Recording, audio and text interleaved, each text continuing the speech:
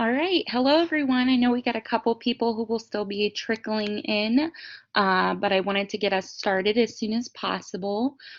So today we're going to be having a guest lecture about forensic science in the criminal justice system, Dr. Dizinno. Dr. Dizinno is a current professor at George Mason University, teaching undergraduate and graduate level forensic science courses.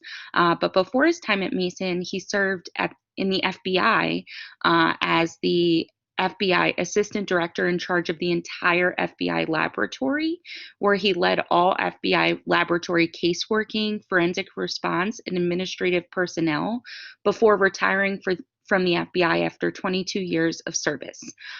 So after that, he worked in the private sector as a chief scientist, leading research and development efforts over biometric technology that Homeland Security, federal law enforcement, and the Department of Defense all used. So I think you'll be able to learn a lot from him when it comes to his expertise within the forensic science area. So I'll just let you take it off, Dr. Dizinno. Thank you, Jackie, and welcome everyone. I hope everyone can hear me. Before we get started, I have been forced to reconnect from the system a couple times so far this morning. So if that happens, just hang on and I will reconnect and we'll continue. But welcome to George Mason. I'm going to talk a little bit today about the role of forensic science in the criminal justice system. And I know what you guys are considering is criminal justice reform. So I will try to keep that in mind as we go through the slides. Certainly, if you have any questions along the way, either raise your hand or write something on the chat and I'll try to answer it, or save it for the end. And I'm going to try to talk to you for about 45 minutes and leave about at least 15 minutes at the end for questions, discussion, etc. So we'll move forward here a little bit. Just a little bit about me. So as Jackie explained, I was trained as a dentist, actually practiced dentistry for 5 years, and then decided, some people think was crazy, I decided to do what I really wanted to do and become an FBI agent. And I spent, sold my dental practice, became an FBI agent, worked in the field for 3 years, working mainly bank robberies, kidnappings, and extortions, and then spent almost 20 years in the FBI laboratory, mostly in trace evidence and mitochondrial DNA. I'll show a case at the end today because I know his students always like to see cases. I'll show a mitochondrial DNA case that I was involved in. And then administratively worked, ended up as the lab director of the FBI lab and before I retired. So story there for you that I like to tell all my students, my undergrad students is, if you find yourself graduating from college or a master's or PhD with a degree and you get into a job and you don't like it, make a change, right? It's never too late. And if you're passionate about something, make a change and don't let anybody talk you out of it. So we'll go from there. So today, we're going to talk about a little bit about, I don't know your backgrounds in science, but I'm not going to get very scientific here today, but we're going to talk about a couple questions. What is forensic science? What is criminal procedure? And how does forensic science integrate into criminal procedure? Then briefly, I'll talk about the FBI laboratory and then show a case at the end. So first of all, we'll talk about forensic science. What is it?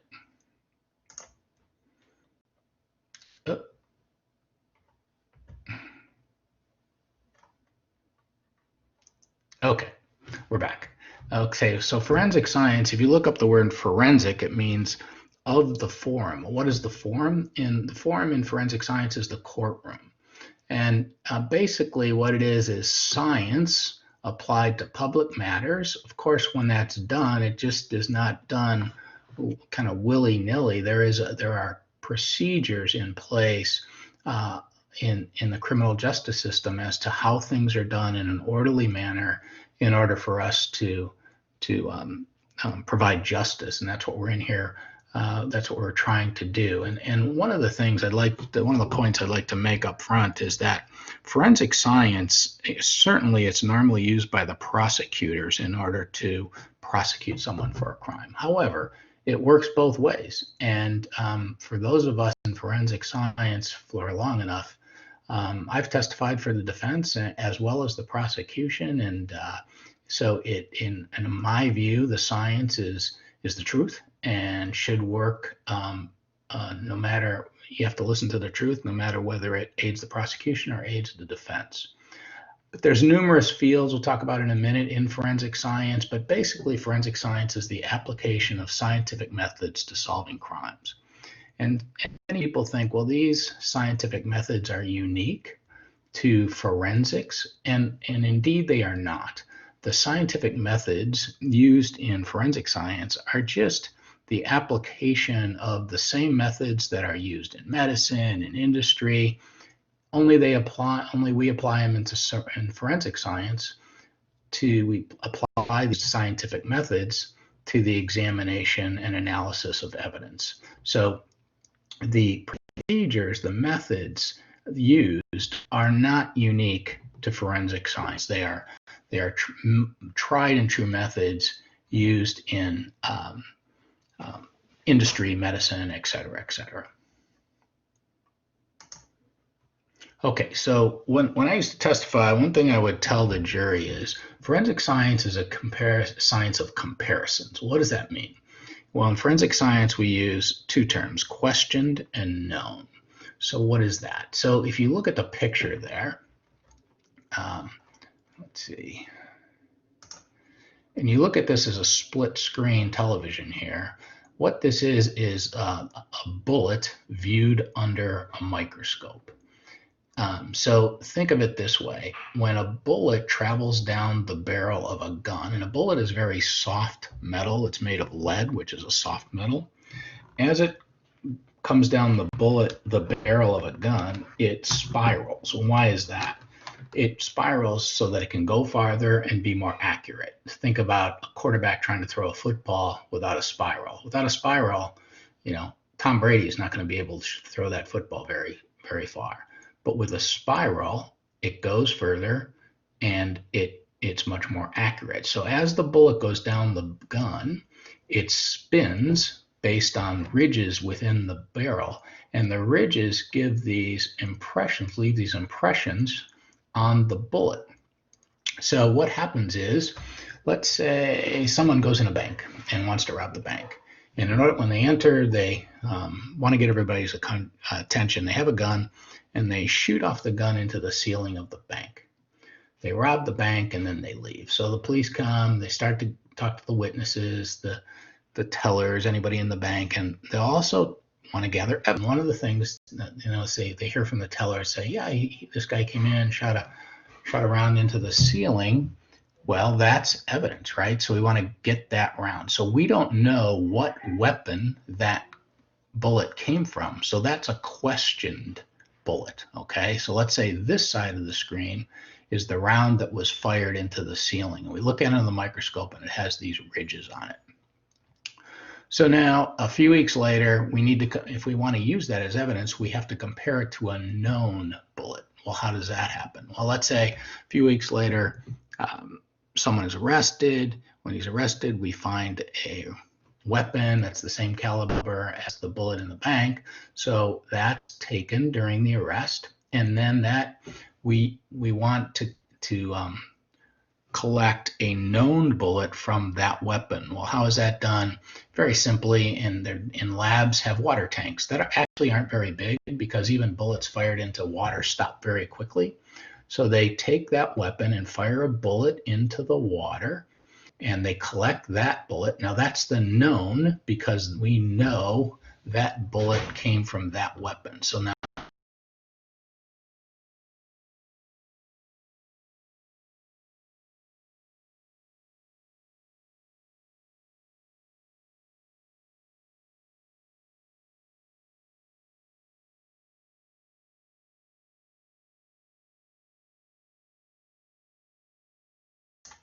okay, I'm back. Sorry about that. I don't know why it keeps happening. So now we have the known bullet collected from the weapon, and we look at that under the microscope. Let's say the known is on this side, and then we compare under the microscope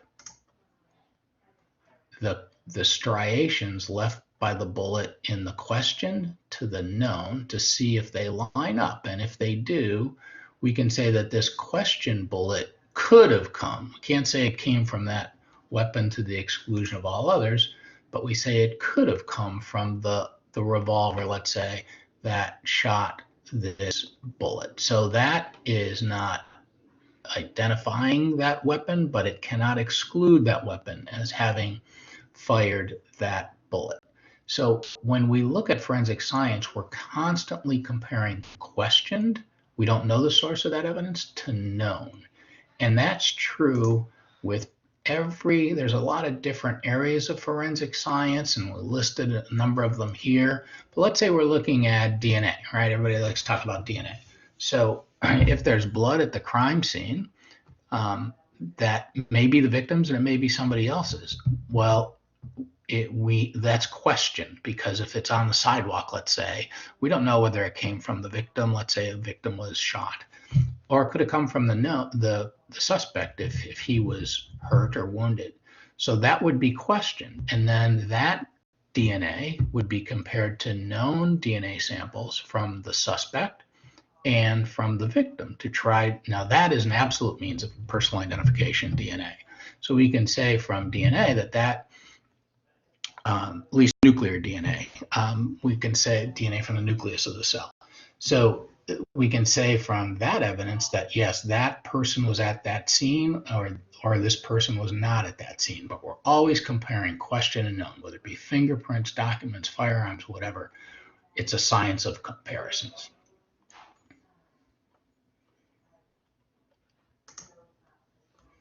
All right, so how does that integrate into criminal procedure? And again, I said that criminal procedure is not something that people just make up along the way. It's a series of processes carried out by the government. The government can be state government, it can be local government. So for those in Virginia, if local would be Fairfax County, state would be state of Virginia, or it could be federal, could be the US, could be the FBI. And all those entities are types of government that may choose to prosecute someone for a crime. And that's their role. Their role is to prove to the jury in a trial, if necessary, that this person committed this crime. The defendant, who has an attorney, he doesn't have to prove anything. All he has to do is try to shoot holes, basically, in the government's case about what they're trying to prove. But there are many steps, excuse me, in criminal procedure along the way that must be followed in order for this to be done fairly and properly. Do we have any questions yet?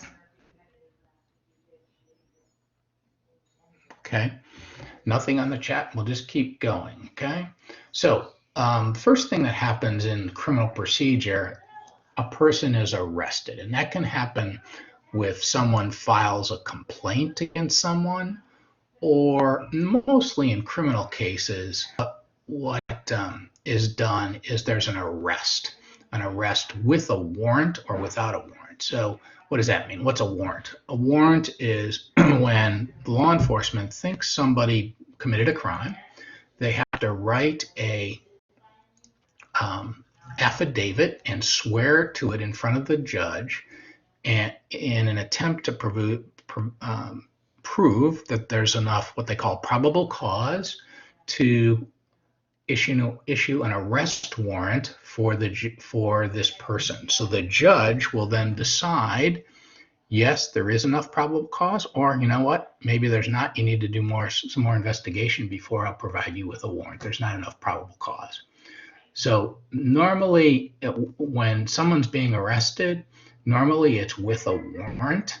However, obviously someone can be arrested without a warrant. Well, how can that happen? Well, let's go back to that bank robbery. Let's say, and that bank robber enters the bank, there's a police officer in the bank.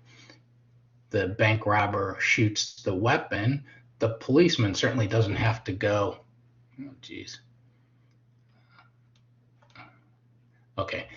certainly doesn't have to go in front of the judge to get a warrant at that point. They can arrest the person without the warrant. But minus that, the police have to have a warrant to arrest that person. So what does that arrest mean? that means that person is in the custody and control of the government at that point. They cannot leave, and that's why you see the handcuffs. Once the person is arrested, usually that day, the next day, or that day they take them and they're booked. What does that mean? You hear about it, in all the TV shows. When they're booked, they take their fingerprints, they take a mug shot. Many times they'll take DNA. And primarily they do that, number one, to identify who this person is. And is it, John Smith that he says he is, or is it someone else? And secondly, once they identify that person, does this person have a existing criminal record? Are there any warrants out for his or her arrest that we don't know about, et cetera, et cetera? So that's done at the booking in the police station. And then once they're booked, they go for an initial appearance before a judge for the charges are read against them. So that's the beginning steps of the criminal procedures performed by the government. Now, as that's happening, back on the criminal investigation side, let's say there's a crime scene. Well, then that's where crime scene investigators, CSIs, are gathering evidence. The police or the FBI agents or whoever, the law enforcement, are maybe interviewing witnesses to that crime. So that's gathering evidence.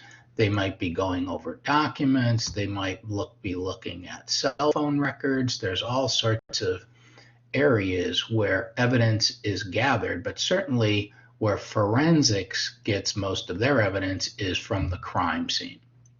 A collection and preservation of evidence at the crime scene. Also, witnesses are interviewed, as I had mentioned, by the law enforcement officers. Forensic people can get involved in that also. How can that be? Let's say there are forensic artists that they want to participate in order to, let's go back to that bank robber, create an image of what that bank robber looked like. So the forensic artists will be involved in the interviews with the law enforcement folks in order to try to create a sketch of what that person looked like. So on occasion, they can get involved in, forensic folks can get involved in interviewing witnesses. And again, one of the most important parts of the forensic process is the crime scene search. Well, why is that? Because the collection and preservation of evidence done properly is absolutely critical to the subsequent analysis of that evidence in a forensic laboratory. If the evidence is not collected properly or preserved properly, it will have a negative impact on the results that may be obtained in the lab. So the crime scene investigators are well trained as to how to collect and preserve evidence from the crime scene. And it's not only the crime scene, there may be searches done of other residences, of vehicles, et cetera, storage places, all sorts of searches that may be done, again, with a warrant. Again, they can't just go search without a warrant. They have to prove to the judge that they have to perform the search in order to obtain evidence. And some of that evidence is forensic, which will then go to the crime labs to be examined. But collection and preservation of evidence is absolutely critical to the analysis done in the laboratory. If you don't collect and preserve properly, it can have a very negative impact on the amount of data, the type of information you might obtain from the analysis of evidence. Then the analysis of evidence is done in a laboratory. There's about, a couple hundred forensic laboratories in the United States. The FBI has one. It's in Quantico, Virginia. We'll talk about it in a few minutes. But that's where the evidence is analyzed. And again, if you go back to those areas, we talked about fingerprints, DNA, trace evidence, etc. It's very, very specialized. So what does that mean? So if you are a DNA analyst in the forensic laboratory, that's all that you do is DNA analysis.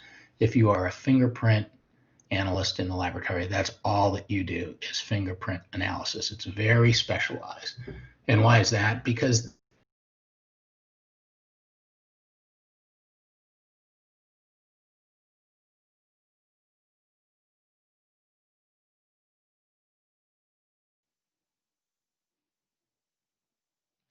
Dr. Dizinno is reconnecting, but should be here quite soon. Sorry about that again. I don't know what's going on, guys. It hasn't happened to me before using this Blackboard, but we'll continue on. So the specialization is necessary in the laboratories because these people have to be experts in their field. It's the same as, let's say you were sick and you want to go to the doctor. Let's say you broke a bone and you need to go to the doctor.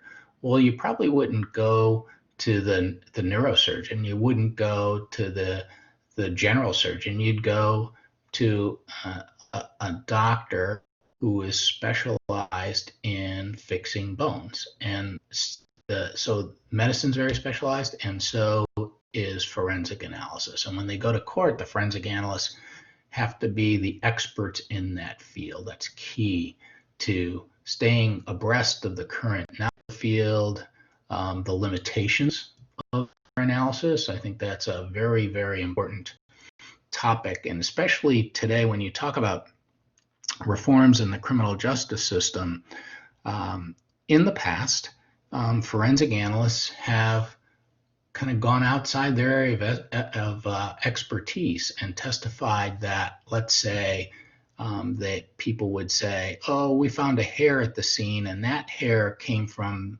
that suspect to the exclusion of everybody else in the world. You can't say that from a single hair. And that's where in the past forensic science has gotten into some trouble.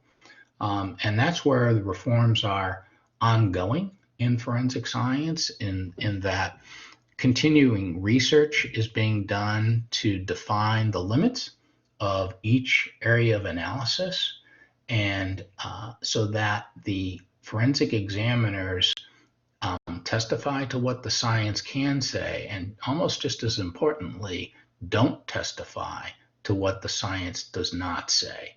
And that's the topic of ongoing research and reform in forensic science, which is critically important. So once the evidence is analyzed, the reports of the forensic analysis are prepared by the forensic examiner, and we'll get to what happens to those reports. They're submitted to both the prosecution and the defense.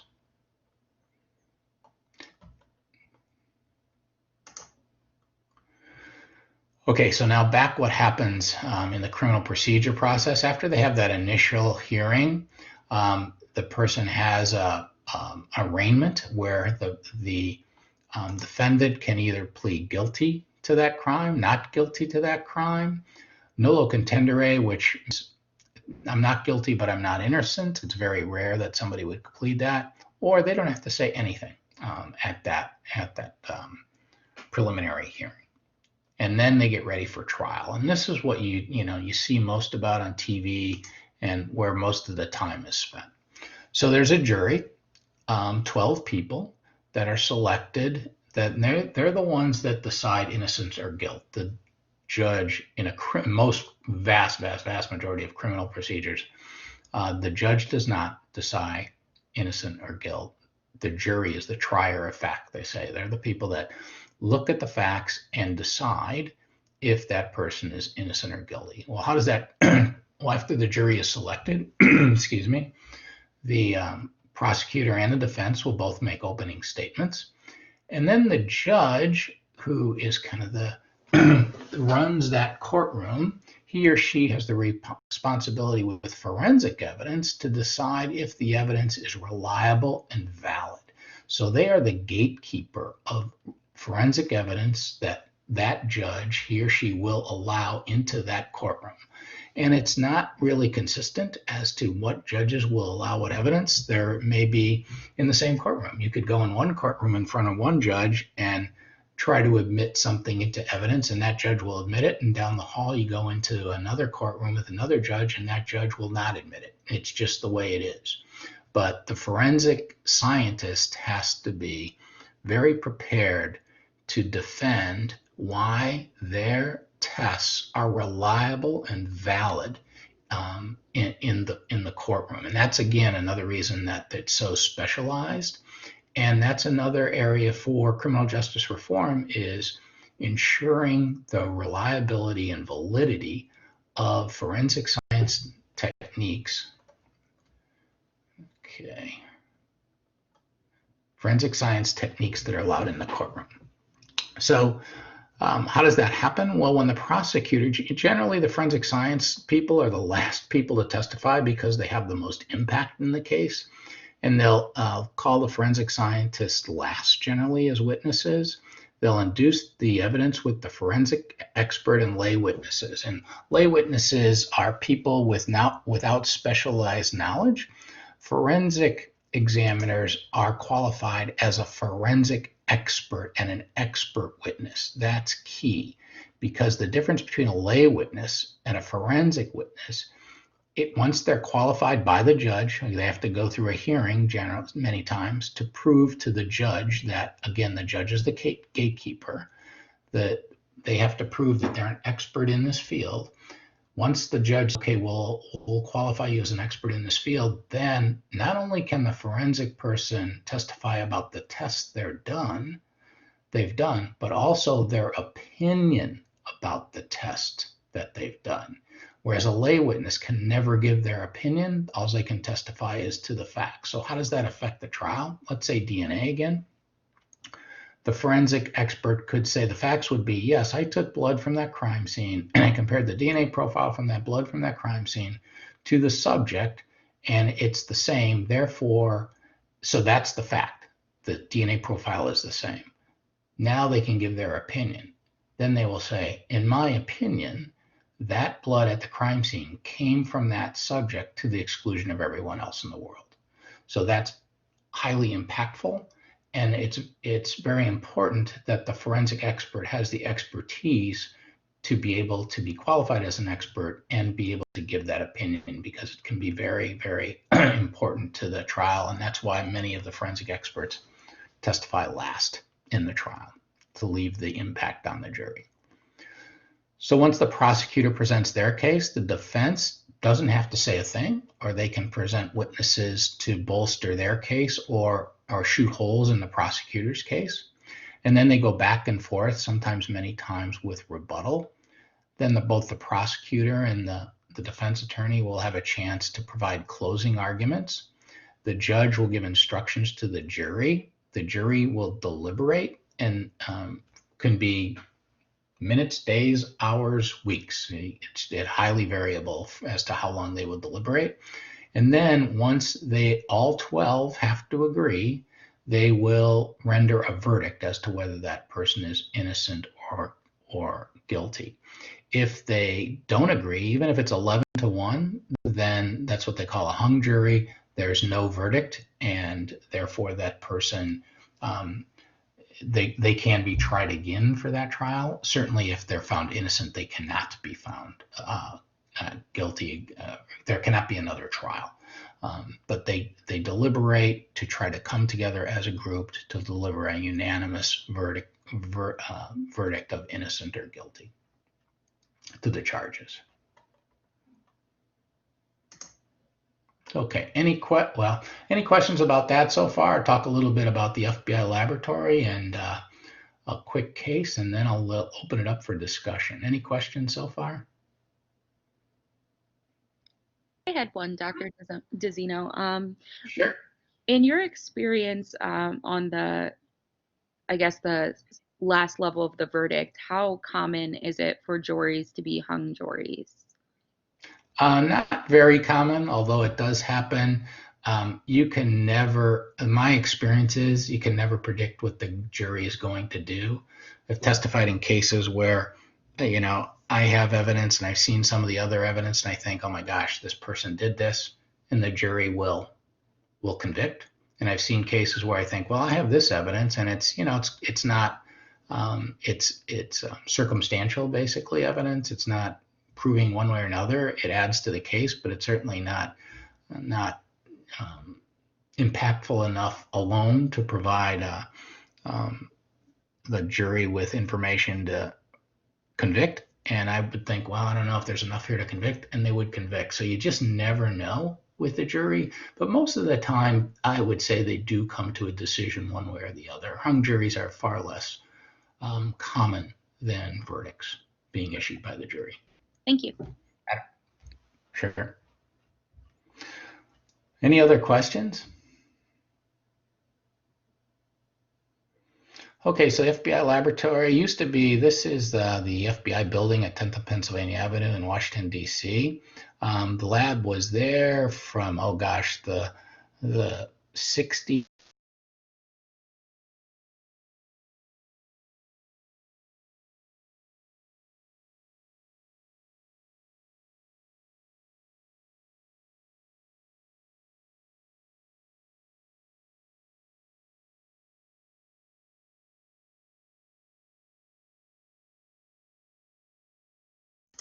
Okay, once again, I apologize.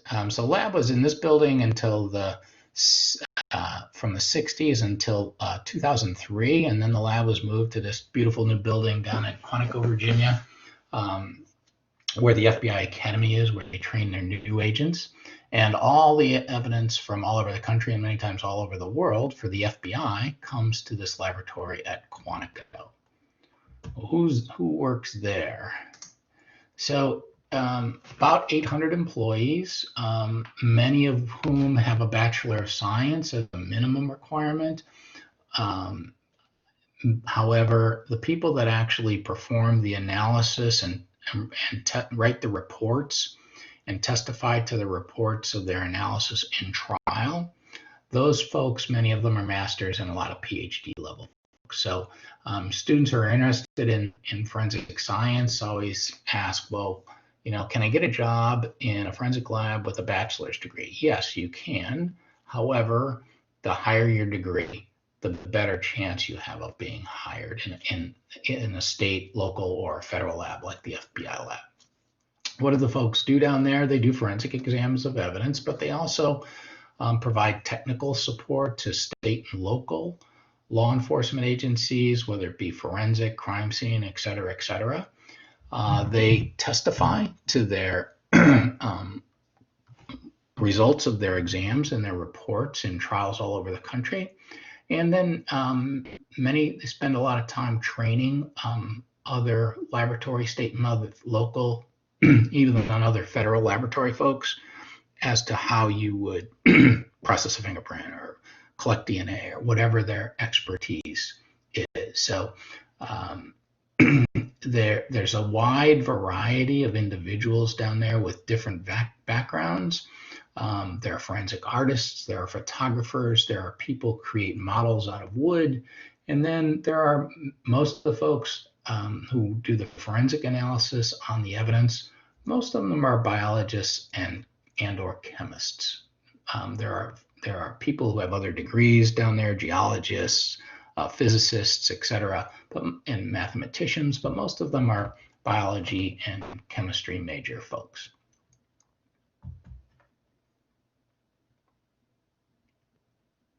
And it's one more thing, the average size of forensic lab in the United States, believe it or not, is only about 12 people. So as you can imagine, the FBI is by far the largest forensic lab in the United States. Any questions? I'll add a case real quick, and then I'll open it up for further questions.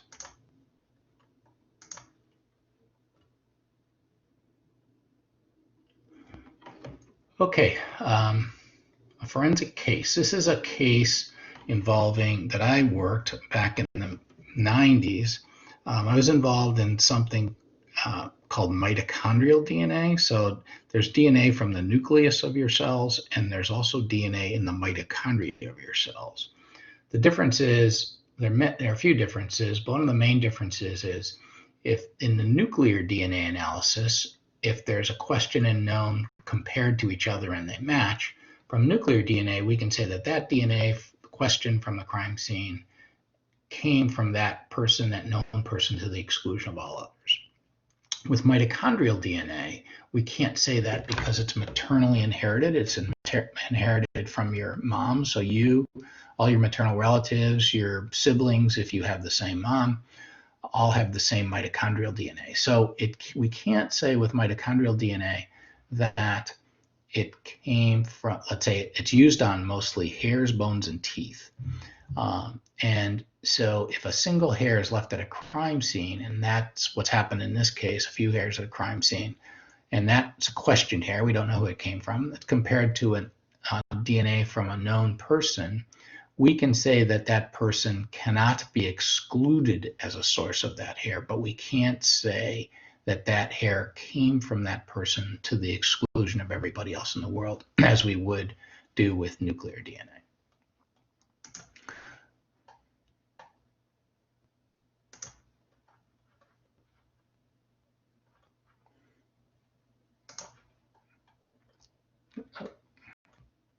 Hang on one second. Hopefully it'll come back. All right. So here's the victims in this case. Joanne and Alex Katranek. They lived outside of Allentown, Pennsylvania, with her husband and the father of the baby. And this is in probably early 90s that the baby's only a few months old, shortly before Christmas, and she phones her mother-in-law to say, hey, I'm going to go Christmas shopping. Do you want to come? The mother-in-law says, yeah. And Joanne says, okay, the baby, Alex and I will pick you up and we'll go Christmas shopping. Her husband is at work at the time. So what happens is she never shows up at her mother-in-law's house to pick her up to go shopping. And the mother-in-law calls the house, doesn't get an answer. So the mother-in-law calls her son, who's Andrew Katranek, the father of the baby, Alex. And Andrew says, no, I don't know where she and the baby are. I'm at work, I've been at work, et cetera, et cetera. So they keep calling, no answer. She doesn't show up. So finally, they go to the house. And when they get to the house in Pennsylvania, Joanne and Alex are not there. Joanne's car is not there. And they see forcible entry on the back of the house, and the phone lines have been cut to the house. So now they call the police because the mom and the baby are missing. And they're missing for quite a while. They can't find the car. They can't find Joanne and Alex. They found the car pretty quickly. The car was found in a bowling alley parking lot, not far from their residence. Joanne and the baby were not in the car. There's no signs of struggle in the car. And also, Joanne was not a bowler. She was not known to go there. It was interesting that that's where it was found because it's not a place she would normally go. So they find the car, and the key to this case, again, as I mentioned earlier, is the crime scene processing. Pennsylvania State did the crime scene on this vehicle, and when they collected evidence from inside the vehicle, this is a photo micrograph of a human head hair. So it's what a human hair looks like under the microscope. On the driver's side headrest, we found long hairs, and what they found is, if you look here, a trained hair examiner will say there's blood on that hair, and there's no blood anywhere else in the car. The baby and the mom are still missing. So we think, okay, that's good evidence. We don't know what it means, but this is the hair found on the driver's side headrest of her vehicle. Also, they found that the Joanne was pretty tall, and the driver's side seat was pulled very far forward, much further forward than she would use to drive the car. So that's what we had for months. They're still missing. We have the car with these bloody hairs on the headrest. And I'll show this next slide quickly. It's a little bit disturbing. A few months later, the next spring, a farmer is out in his field and finds Joanne Katranek and the baby. Joanne had been found shot through the head with a .22 caliber handgun. And the worst part of this case is the baby, who had been left out there to die in the cold of winter. So now we have these long blonde head hairs on the headrest. Joanne, as you saw, had dark hair. So the investigators start going back through their evidence, and they say, who possibly is a suspect that had long blonde hair? And so when they start to review their investigation, they come up on this woman. Her name is Patricia Rohr. She has long blonde hair.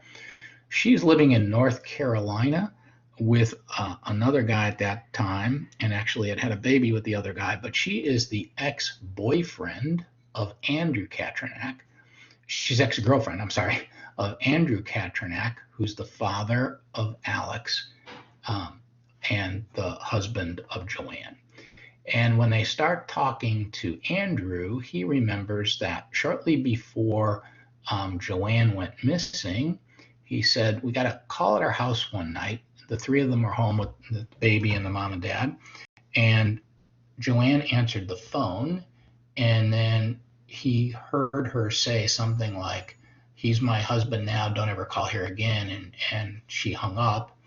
And when Andrew asked Joanne who that was, Joanne said, that was your old girlfriend, Patricia Rohr.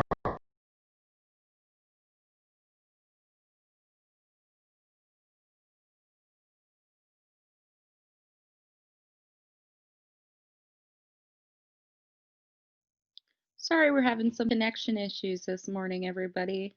Looks like he's joining us again, though. Once again, I apologize. So they said, that's your old girlfriend. That was your old girlfriend, Patricia Rohr. And I told her, you're married now. We have a baby. Don't ever call her again. And shortly after that, Joanne goes missing. So now the hair in the vehicle becomes important because it's long blonde hair like Patricia Rohr's. So we compared how the hairs looked under the microscope. And more importantly, we did a mitochondrial DNA analysis. Why? Because there's not enough nuclear DNA in a single hair to perform nuclear DNA analysis. So we performed mitochondrial DNA analysis on the hair from the headrests. And then we got a DNA sample from Patricia Rohr, and we found that the Patricia Rohr's hair had the same mitochondrial DNA profile as the hair in the vehicle. So we couldn't say that that hair came from Patricia Rohr, but we could say that we could not eliminate Patricia Rohr based on that hair. And then there was other evidence. Once we had that, the investigators started to look really hard at Patricia Rohr. She's living in North Carolina. At the time that Joanne went missing, they asked her if she was in Pennsylvania. She said no. They had credit cards that put her in Pennsylvania during the time when Joanne was probably taken. Also, apparently, when they searched Patricia Rohr's residence down in North Carolina, they were searching the house apparently, and she had her baby on her lap. And one of our agents heard her say to her baby, if I had known that they would have found me, I would never have done that, what I did. So that was all used in trial against her. And there was other things. So another piece of evidence, even though circumstantial, she's very short. Patricia Rohr was very tall. So the theory is the prosecution's theory is that what happened is Patricia Rohr was upset that Joanne hung up on her on the phone. She wanted to talk to Andrew. She wouldn't let her talk to her old boyfriend. She drives up from North Carolina. She parks her car someplace, probably around the bowling parking lot. We never really know. She goes over to Patricia Rohr's, to the Katranak house. She breaks in the back door. She cuts the phone lines, and then she takes Joanne and Alex Katranak in the car. She takes her to that field, and another piece of evidence was that field where she was found was a few miles away from the residence. But when Patricia Rohr lived near Allentown, when she was dating Alex, she used to ride horses in and around that field. She was very familiar with that area. She shoots and kills, and she beats about the face Joanne Katranak. And we think the blood is blowback from Joanne onto her hair. And the worst part of this case, it's terrible, terrible case, but to leave the baby out there to die, she gets back in the car, in Joanne's car, pulls the seat forward, and just naturally shed. We shed, they say, about 100 head hairs per day. So she shed some of her hairs on the back of the car, and the blood was on some of them. She gets back in her car and drives to North Carolina. So there was other evidence, but the only really forensic evidence we had was the mitochondrial DNA. And based upon that, testified in this case, and Patricia Rohr was convicted of the kidnapping and murder of Joanne and Alex Katranak. So she's in prison today because of that. So terrible, terrible case, good forensic case in the terms of the evidence was used to what we think really happened in this case.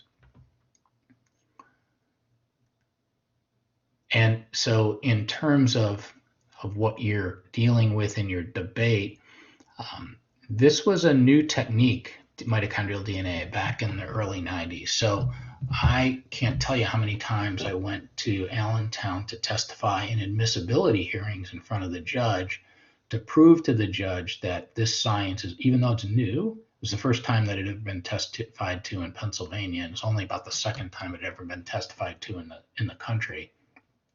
Back in the 90s, they still do it today.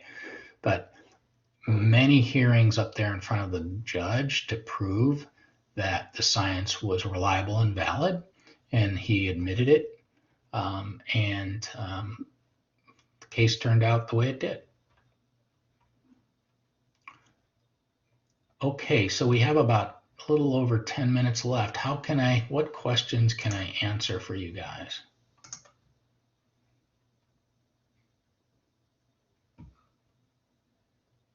I can start it off. Get people excited about asking you some questions. I know they're probably nervous. So one question that I had is, what do you think are the biggest, I guess, common misconceptions about forensic science? Since I know everybody watches shows like Criminal Minds, etc. What do you think is the biggest difference between maybe what we imagine things to be and what they actually are? Yeah, that's a great question. And in forensics, we call it the CSI effect, being CSI being the TV show, because the jury watches all these shows, right? And they want to know, well, how come it took you 6 months to do the DNA analysis? How come you didn't know that sooner? Oh, I thought you could say from a hair that hair came from that person to the exclusion of all others. Well, you can't say that. So what I see is the biggest differences between what happens in forensic science and what the way it really is. There's several. First of all, on TV, you'll see, well, this one person does DNA, fingerprints, and then they're hacking the cell phone to try to get the information out. That's totally not real, because there's a different individual with expertise for each area. Secondly, on TV, I know they're short hour shows or whatever, that they do it in 2 days. Well, many of these cases take months and months and months in order to process the forensic evidence. There may be a piece of evidence that may have to be examined for fingerprints, DNA, handwriting, ink, et cetera, et cetera. So these cases take generally a long time to be analyzed. But probably the biggest difference is how the people testify. Again, most forensic evidence is what we would call class as opposed to individual evidence. So what do I mean by that? Individual evidence is nuclear DNA, blood from a crime scene. If we get enough, we can say that blood came from that person to the exclusion of all others. We know that nobody else in the world could have had that, unless that person has an identical twin. Nobody else could have had that DNA profile. Same with fingerprints. It's their individual evidence. But that, most of forensic science, the vast majority, is class evidence. What do I mean by that? So again, if we find the hair at the crime scene, before we even with the microscopic examination of the hair and how it looks, and mitochondrial DNA, if we do all of that, like in this case, we couldn't say that hair from the headrest came from Patricia Rohr. All we could say is we can't exclude her as being a source of that hair. And going back to that bullet that we talked about at the beginning, yeah, we fire that round in the ceiling and we get the suspect and we get the known from a gun from his residence, we can say, yeah, it looks the same, and we can't exclude that weapon. That doesn't mean it came from that weapon to the exclusion of all others. It means we can't exclude. And where where in the shows, I think they take it a step too far, and quite frankly, or probably earlier in the days of forensic science, I think that examiners were taking it too far to the jury and would go outside the zones of what their science could and could not say. And that's what, again, as far as criminal justice reform and it's ongoing in the government, is how can we make the science better? How can we make sure it's reliable and valid? And most importantly, how can we ensure that the people that testify and write the reports, what I like to say is stay in their swim lanes, only testify about what the science can the validly and reliably say, and also be aware of what it can't say. Don't get out of your swim lane. So those are probably the major differences from the TV shows that I see. Thank you. That's super helpful. So debaters in the chat, are there any thoughts or questions you have about maybe forensic science debates that you're going to end up having for this year?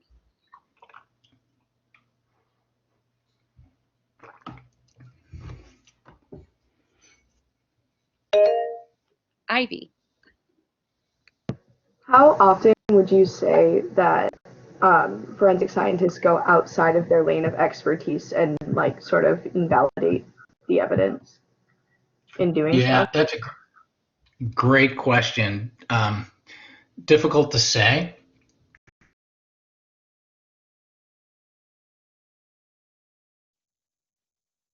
Looks like he's reconnecting again, Ivy, but he should be back soon.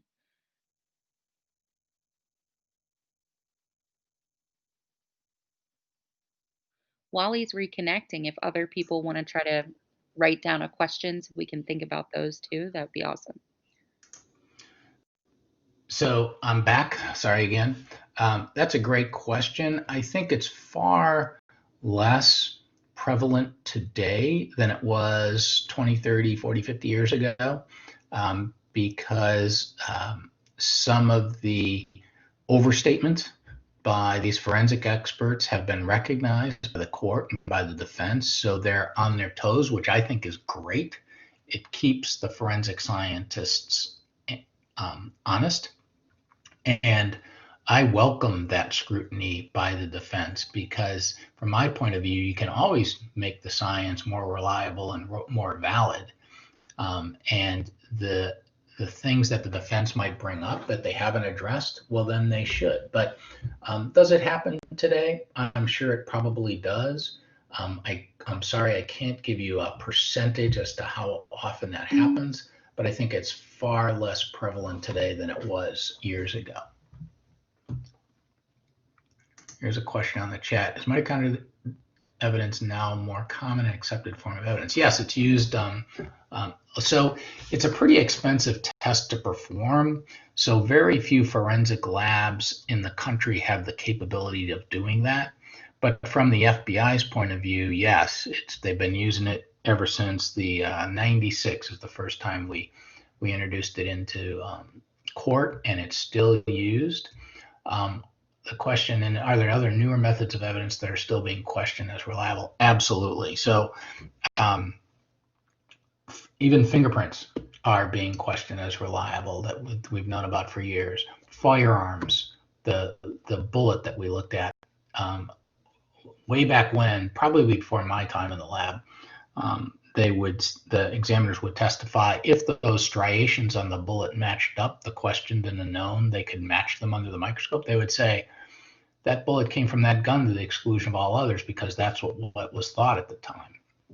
Well, now they say we can't exclude that weapon as that bullet as having come from that specific weapon. But I would say it's the duty of the defense to question the methods and challenge that they're reliable and valid. Again, I would welcome that. And if there are shortcomings, absolutely those shortcomings need to be addressed. And that's the subject of much of ongoing forensic science research. Well, here's a good question. What are the repercussions for going out of one swim lane, or are there any? Absolutely, there are. First of all, let's put it this way: when an examiner goes outside of his or her swim lane, and testified, is it always detected? Not always, because maybe the defense doesn't have the level of expertise to be able to know to challenge it, right? But if and when it is detected, there are huge consequences. First of all the evidence in the case would have to be re-examined. The person that did it would likely lose their job, and all the evidence that they've examined in that laboratory over the years would have to go back and be re-examined if possible. And most importantly, the examiner then could be charged with perjury or criminal offense. So they could be criminally prosecuted for not for over testifying to the results. So there are many severe consequences to witnesses, experts that do just that. So at the FBI lab, what we started when we hadn't done it until probably the late 80s, early 90s, was we would testify all over the country, right? And so we'd be going off on our own and testifying and coming back. So how would we know at the FBI lab if someone went outside their swim lane? Well, what we started doing, I guess it was early 90s, was looking at transcripts of the testimony of our examiners to ensure that they only testified to what they could. So that's one way to do it, to try to ensure that. But yes, there are severe consequences to someone who lies on the stand or goes outside their area of expertise, or expands on says something about the science that it really cannot say.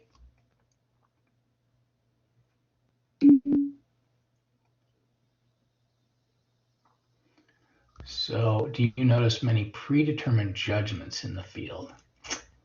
Sean, I'm not sure what you mean. You mean by the jury, or? I think he's clarifying that earlier he had posted a question right before that of, have there been any cases where you or colleagues suspect a suspect would be, but due to lack of incriminating evidence, you could never confirm your suspicion? So, again, we would, I can tell you from the FBI laboratory, we would look at transcripts to try to make a determination as to whether someone exceeded the bounds of their expertise. Do you think they go out of their lane that they should be put in? If they do that, I think they should be prosecuted. Absolutely. Many of these cases, there's somebody's life on the line, or at least life in prison on the line, and it's unacceptable. It's just plain and simple. It's unacceptable for witnesses to do that. So certainly that person would never work in the forensic field again. They would they have trouble getting a job because they weren't honest about what they did, and it would hurt the science. So there's all sorts of repercussions, but criminal prosecution, it's absolutely unacceptable in our minds. Certainly the people I work with, that can happen. The predetermined judgments, I think. So I'll go back to that CSI effect. Again, the jury watches CSI and they say it works a couple of ways. On things they say on television sometimes are outside of the swim lane, right? So they want to know, well, how come this guy, this witness, this firearms examiner can't say what they said on CSI? He must not know what he's doing, or he's not up to snuff on the latest technology. So it's important for the examiners, excuse me, to convey to the jury before they talk about the evidence what they can't testify to for their science, and try to make that clear to the jury. I hope that answers your question. I definitely think that was super helpful. Now we are at the 11 o'clock point. Thank you so much, Dr. Dizinno, for coming in. This was super, super helpful and educational.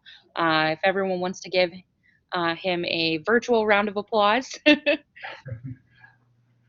Thank you. It's a pleasure, and good luck to all of you. I hope you enjoyed it, and hope you enjoyed your summer at Mason. All right. Have a good one. Thank you, guys. Appreciate it. Good luck this summer. Stay safe and well.